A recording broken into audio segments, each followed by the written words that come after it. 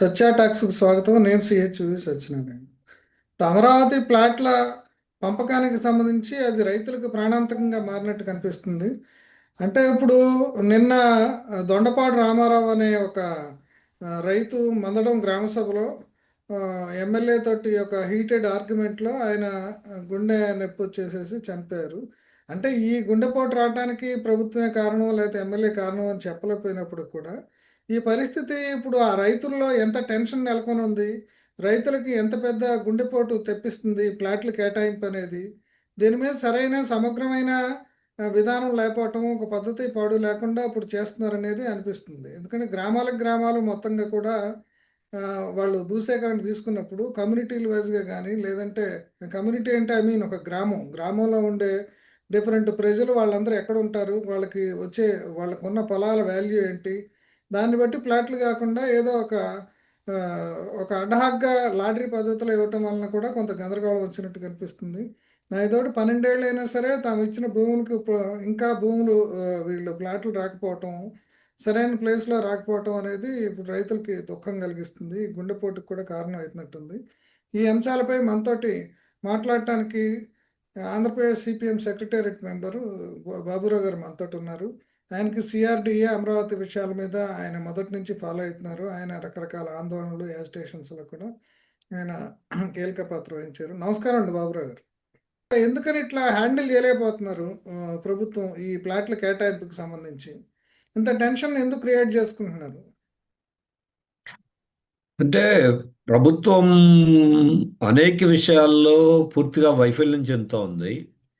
ప్రత్యేకించి రైతులైనా, అమరావతి ప్రజలైనా వారికి ఇచ్చినటువంటి హామీలు నెరవేర్చడానికి కానీ, అలాగే వారికి ప్రాధాన్యత ఇవ్వటంలోనూ ప్రభుత్వ ఆలోచనలోనే, విధానాల్లోనే లోపం ఉంది. ఇప్పుడు నిన్న రామారావు గారు లేవనెత్తినటువంటి అంశాలు సరే, ఆయన చనిపోవటం ఇవాళ చాలామంది వాదనలు చేయమని, ఆయన ఆల్రెడీ హార్ట్ ప్రాబ్లం ఉంది, అనారోగ్యం, వయసు ఎక్కువ ఉందని ఇవన్నీ చెప్పచ్చు. కానీ ఇక్కడ సమస్య మీరు ఇందాకే అన్నారు, చనిపోవడానికి ప్రభుత్వ నైతిక బాధ్యత లేకపోతే కారణమా లేదా అనే దానికంటే జస్ట్ ఆయన మాట్లాడిన అంశాల వరకు వీడియోలు కూడా ఉన్నాయి. ఆ అదే. వీడియోలు చూస్తే డైరెక్ట్గా ఆయన రెండు మూడు అంశాలు తీవ్రంగా లేవనెత్తారు. ఏదో ఒక మీడియాలో వార్త వచ్చింది, కూల్గా మాట్లాడి కుప్ప కూలిపోయారని. అవును. వీళ్ళు కూల్ డౌన్ చేయడానికి వీళ్ళు ప్రయత్నం చేస్తున్నారు దాని విషయాన్ని. అదే.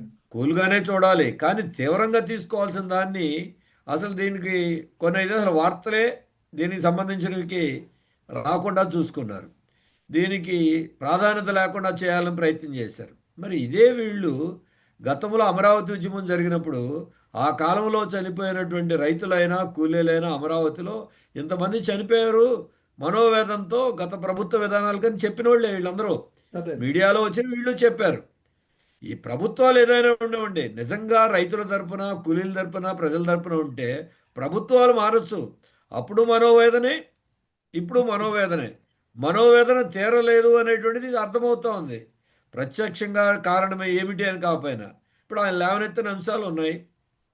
మా ఇల్లు కూలగొడుతున్నారు. మందడంలో ఒక రోడ్డు కొరగాల దగ్గర నుండి కరకట్ట వరకు ఒక రోడ్డు వేయాలి. వేయటానికి మందడం మెయిన్ సెంటర్ అది. ఆ మెయిన్ రోడ్లో గుళ్ళు అడ్డం వస్తున్నాయి. దేవాలయాలు తీయొద్దని అందరూ చెప్పారు. దేవాలయాలు తీయకపోయినా మిగతా ఇళ్ళు చాలా పోతున్నాయి. అది ప్రధానమైన రోడ్డు. కాబట్టి వాళ్ళు ప్రత్యామ్నాయం మీద సరైన విధానం లేకుండా చేస్తున్నారు. వాళ్ళు కోరింది ఏమిటి? మాకు ఒక మెయిన్ రోడ్డు మీద తీస్తున్నారు కాబట్టి మాకు కూడా ఎక్కడో మారుమూల ప్రాంతం కాకుండా ఉన్న దాంట్లో ప్రాధాన్యత కలిగినటువంటి సీట్ యాక్సెస్ రోడ్ పక్కన ఇవ్వండి, అది కూడా మా అందరికీ ఇవ్వండి. అదే. విడివిడిగా ఆయన కమ్యూనిటీ గురించి కూడా ఏం చెప్పలా, అందరం కలిసి ఉంటే మాకు రక్షణ ఉంటుంది. ఆయన ఇంకొక ఘటన కూడా చెప్పాడు, హైదరాబాద్లో ఈ మధ్య గొంతు కోసుకొచ్చారు, అదే. విడివిడిగా ఉంటే రేపు మాకు రక్షణ ఎక్కడ ఉంటుంది, కాబట్టి ఇవ్వండి అని ఆయన లేవనెత్తాడు.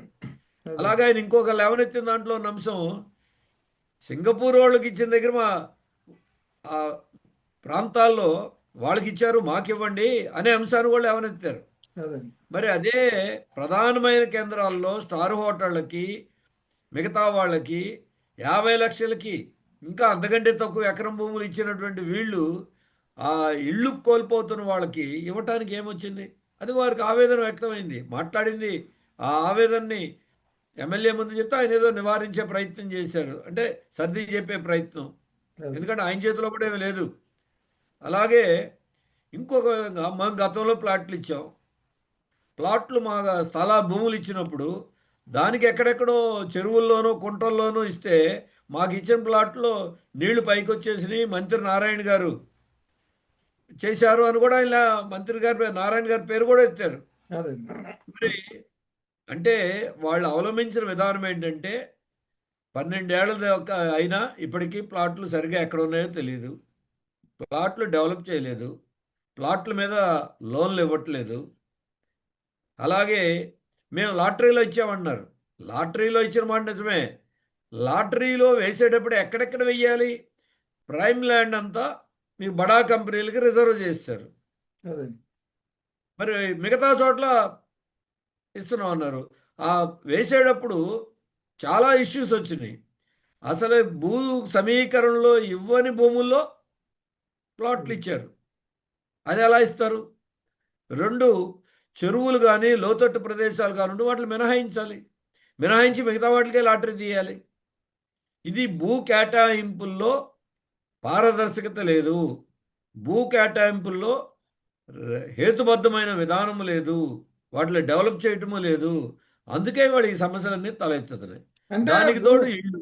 అంటే భూములు తీసుకోవటంలో చూపించిన తొందరపాటు కానీ లేదంటే ఆత్రం కానీ ఇప్పుడు వాళ్ళకి భూములు ఇచ్చేటప్పుడు వాళ్ళకి మనం ఒక రియల్ ఎస్టేట్ వాళ్ళకి మనం పొలంగానే ఏమైనా ఇచ్చినప్పుడు నాకు స్పెసిఫిక్గా ఈ బిల్డింగ్ కడితే నాకు సెకండ్ ఫ్లోర్లోనే ఫస్ట్ ఫ్లోర్లోనే థర్డ్ ఫ్లోర్లోనే ఇన్ని అవును. అపార్ట్మెంట్స్ అని మాట్లాడుకుంటాం. అంటే అవును. ఒక ప్రైవేట్ బిల్డర్తోనే.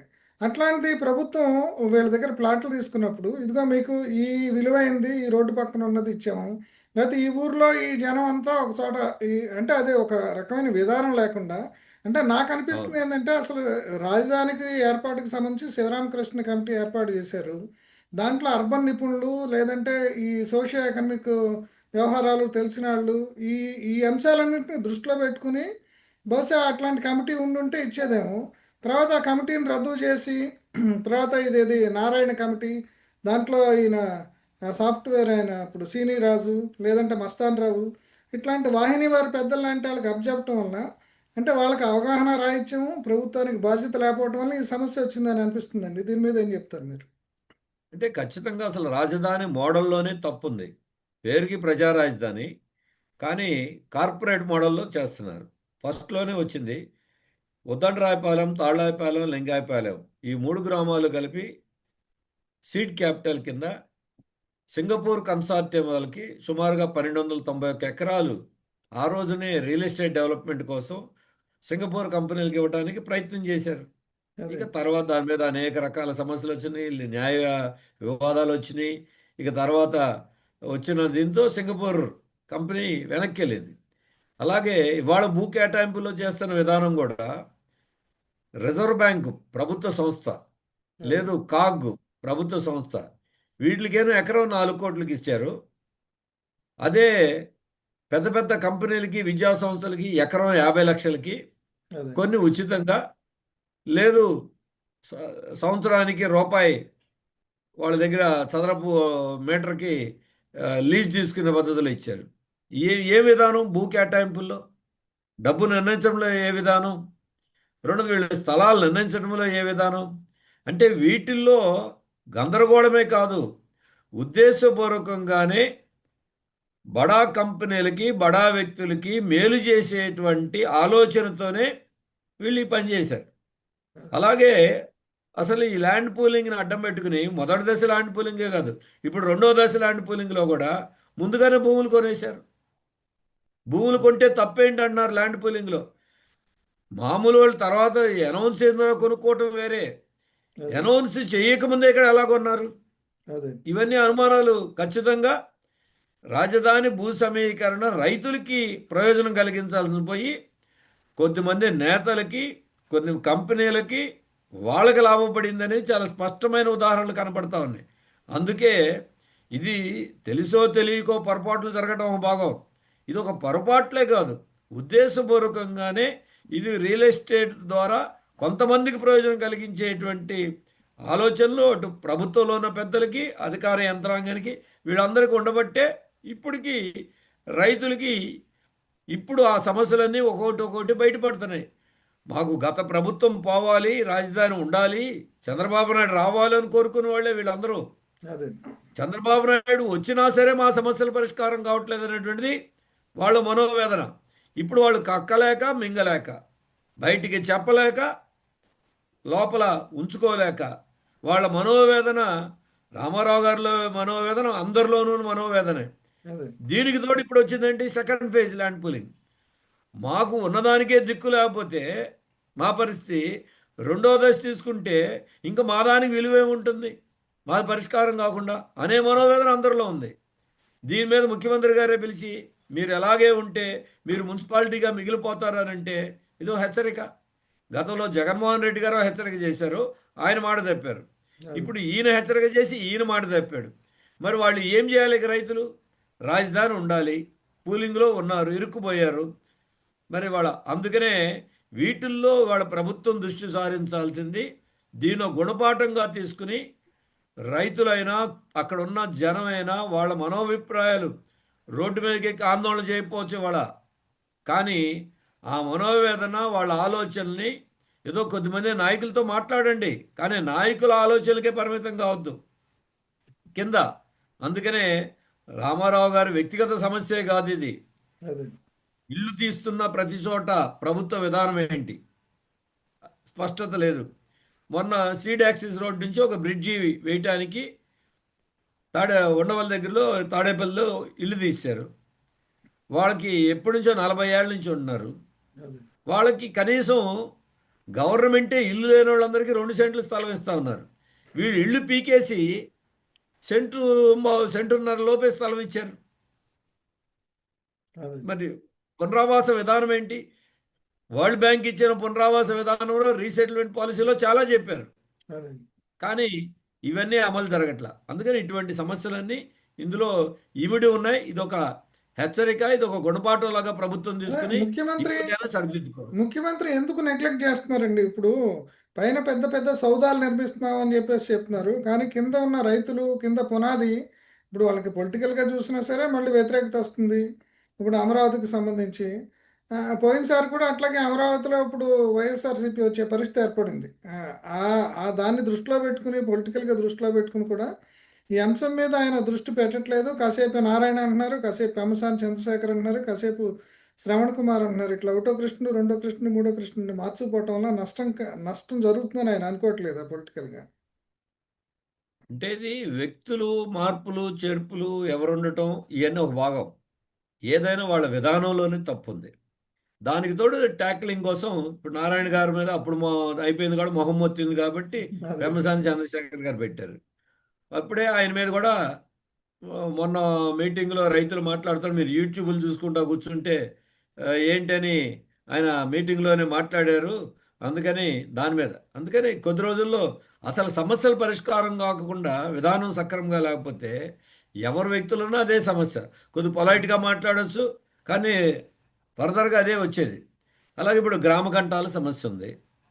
కొద్దిమందికి ఇప్పటికే గ్రామంలో వాళ్ళ ఇళ్ళకి సమీపంలో ఉన్నటువంటి ల్యాండ్స్ అత్యధికంగా పూలింగ్లో తీసుకోకుండా వదిలేశారు. కానీ కొంతమందికి మాత్రం మీకు గ్రామ కంఠం కింద మినహాయించడం కుదరదని చెప్పారు. ఇప్పుడు మినహాయించమంటే ఎలాగా? ఈ సమస్యల పరిష్కారం కావట్లా. అలాగే కొంతమందికి ఇందాకే చెప్పినట్టు భూ సమీకరణలో తీసుకొని ఏరియాల్లో ఇచ్చారు వీళ్ళకి.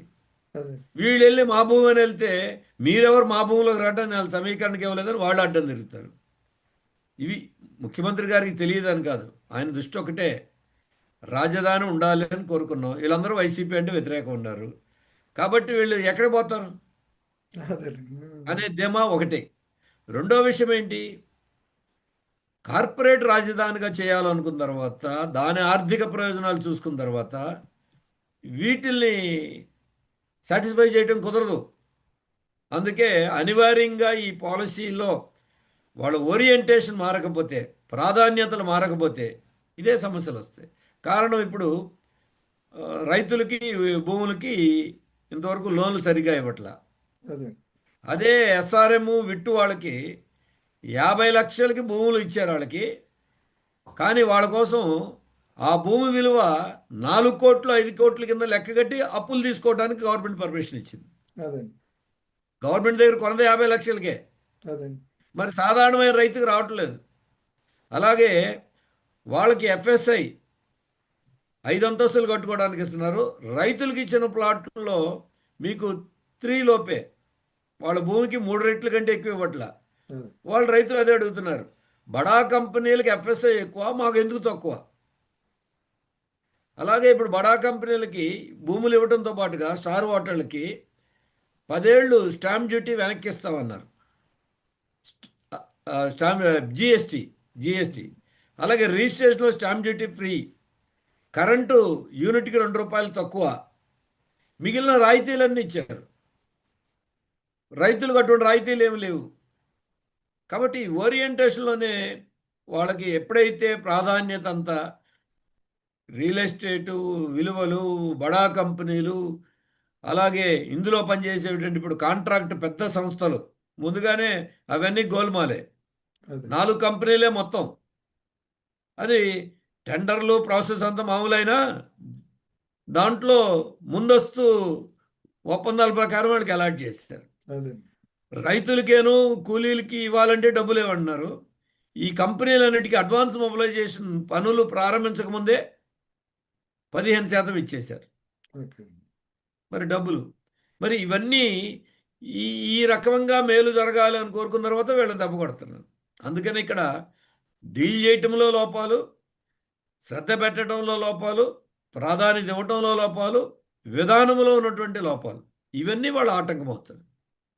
ఇది అసలు ఈ పరిస్థితి ఎప్పటికైనా వాళ్ళు సర్దుబాటు చేసుకుని సరిదిద్దుకునే పరిస్థితి కనిపిస్తుందండి. మీరు ఇప్పుడు డైలీ చూస్తున్నారు కదా అక్కడ పరిణామాలు.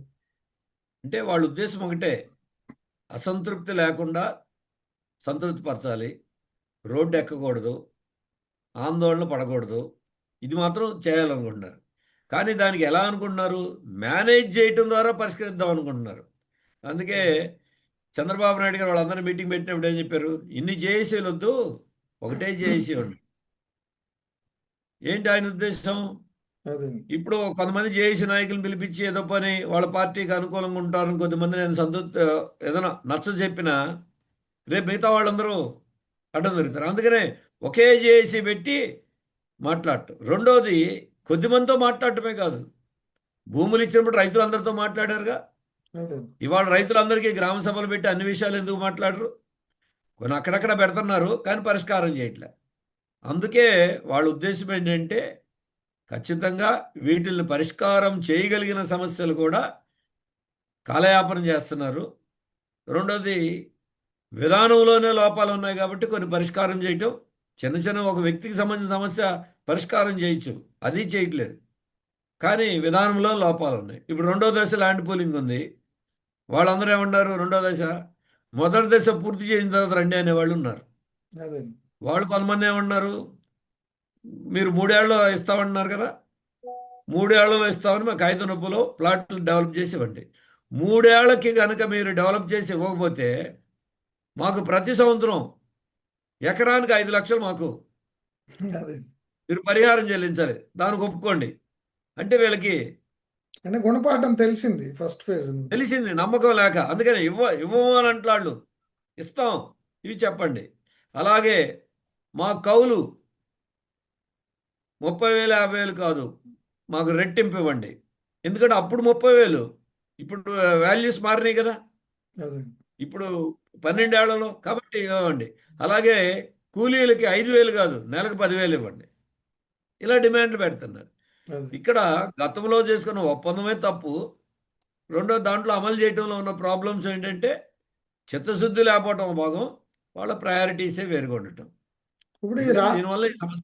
ఇప్పుడు ఈ రామారావు లాంటి రైతులు ఎంతమంది ఉండుంటారు? ఇప్పుడు ఈ ప్లాట్లు ఇంకా ఎన్ని అలాట్ చేయాల్సిన ఆ, పని ఉండుంటుందండి సుమారుగా మీ లెక్క ప్రకారం?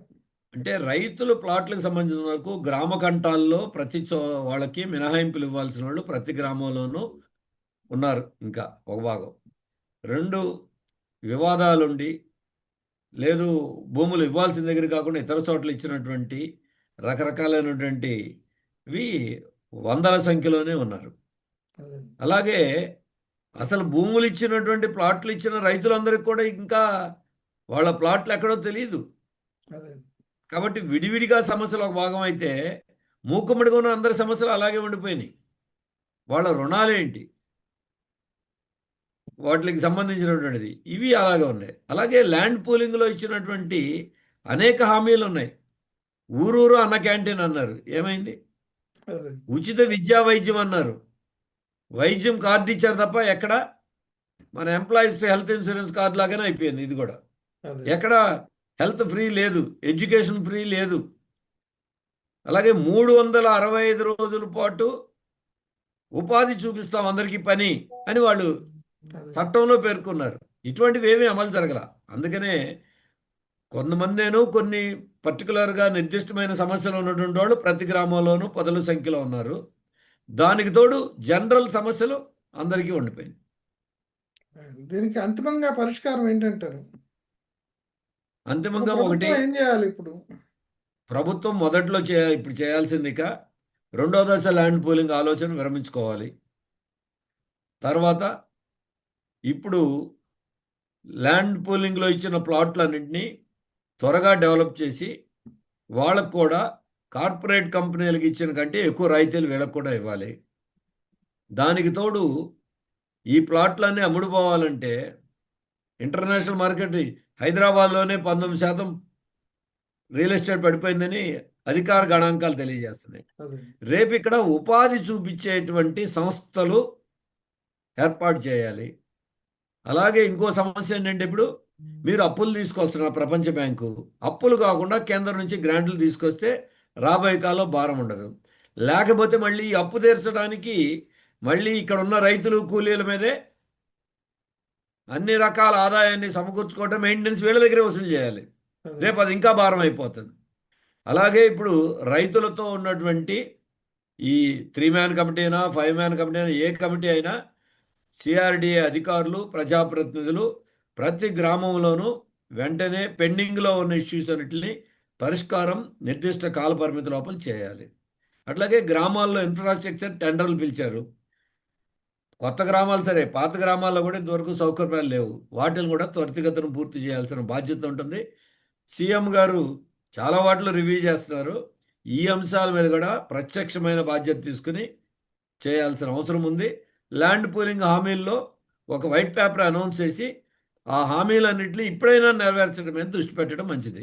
రెండో దశ మూడో దశలకి ఇప్పుడు రెండే కాదు ఇంకా 3 ఆ తర్వాత కూడా ఉన్నాయి, వాటిని కట్టిపెట్టడం మంచిది. ఓకే అండి. థ్యాంక్ యూ అండి బాబురావు గారు.